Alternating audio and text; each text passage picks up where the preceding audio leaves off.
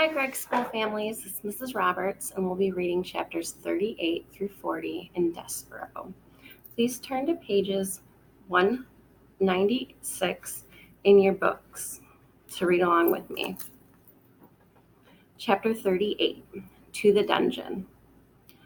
The strange threesome made their way down the golden stairs of the castle.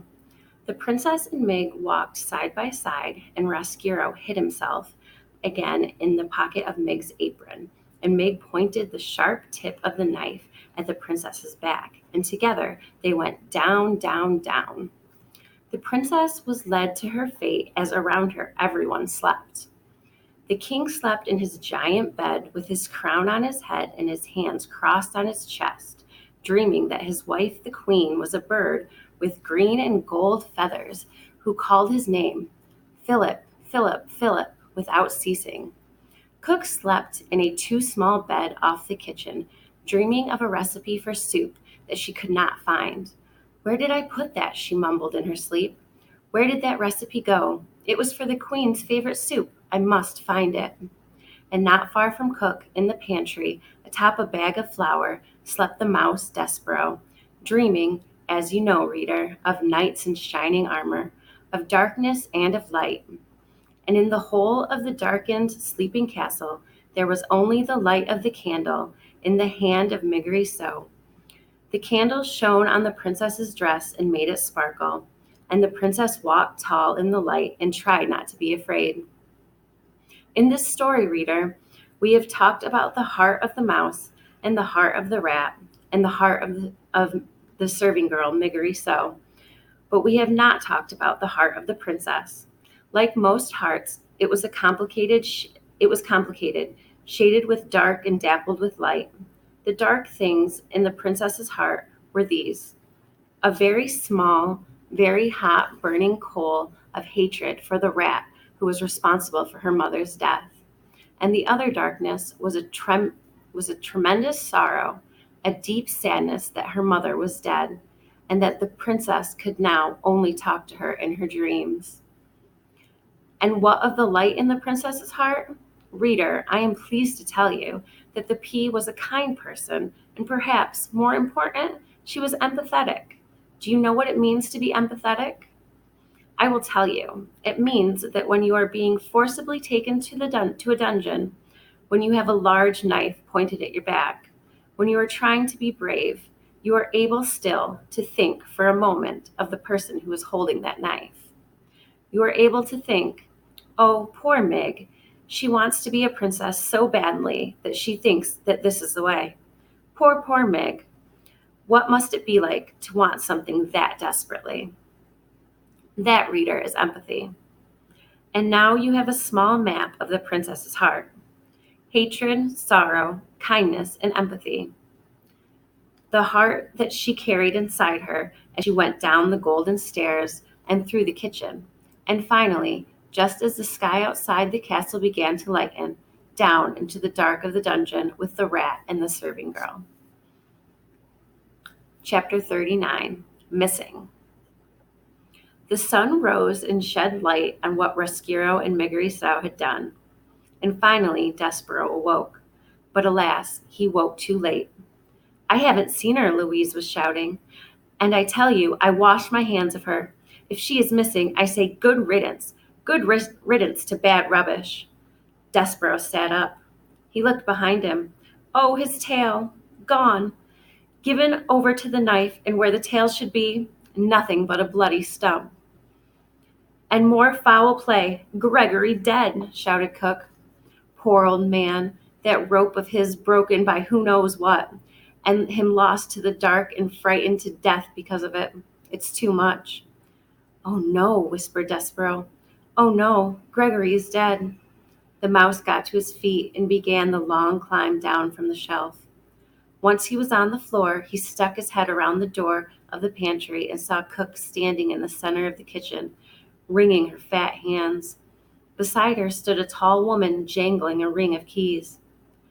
That's right, said Louise. All the king's men was down there searching for her in the dungeon, and when they came back up, who do they have with them? They had the old man, dead. And now you tell me that Mig is missing, and I say, who cares? Despero made a small noise of despair. He had slept too long, and the rat had already acted. The princess was gone. What kind of world is it, Miss Louise, where princesses are taken from right under our nose and queens drop dead, and we cannot even take comfort in soup? And with this, Cook started to cry.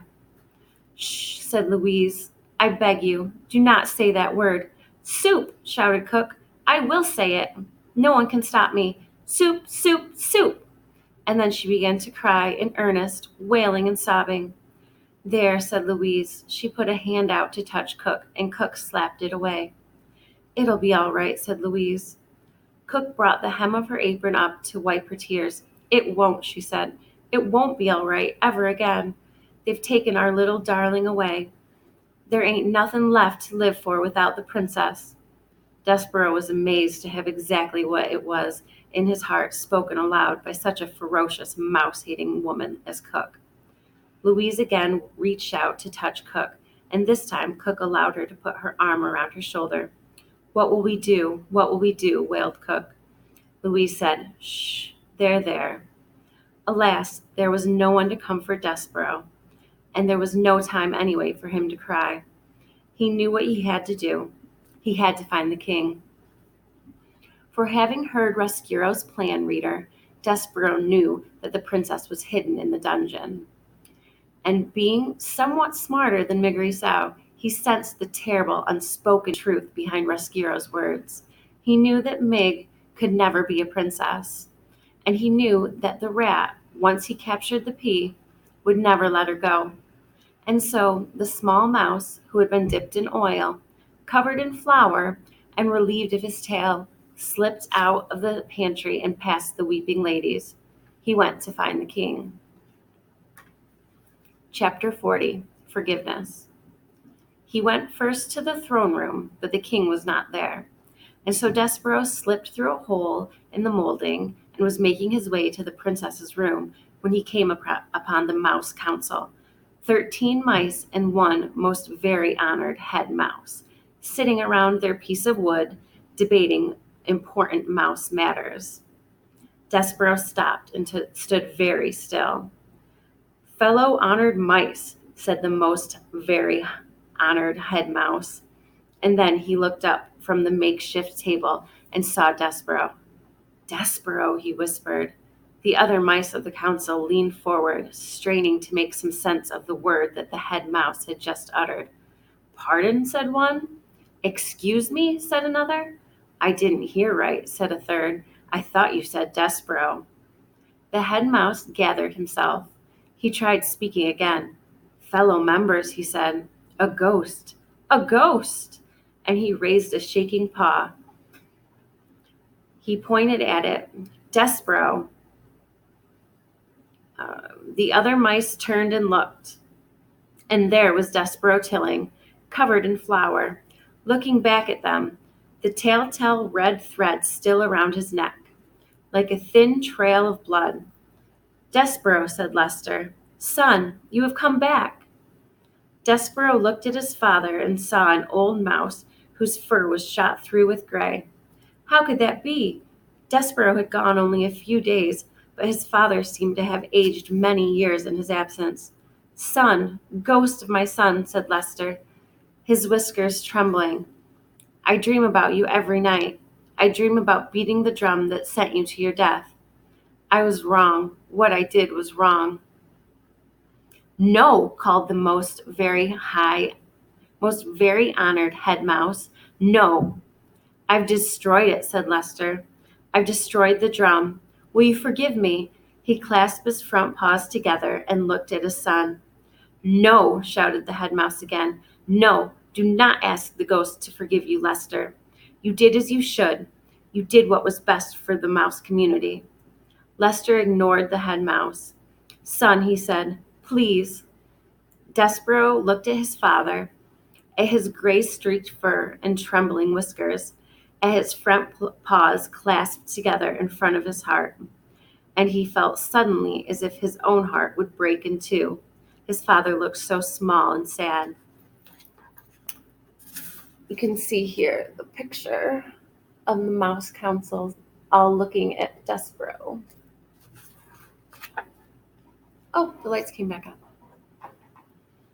Okay.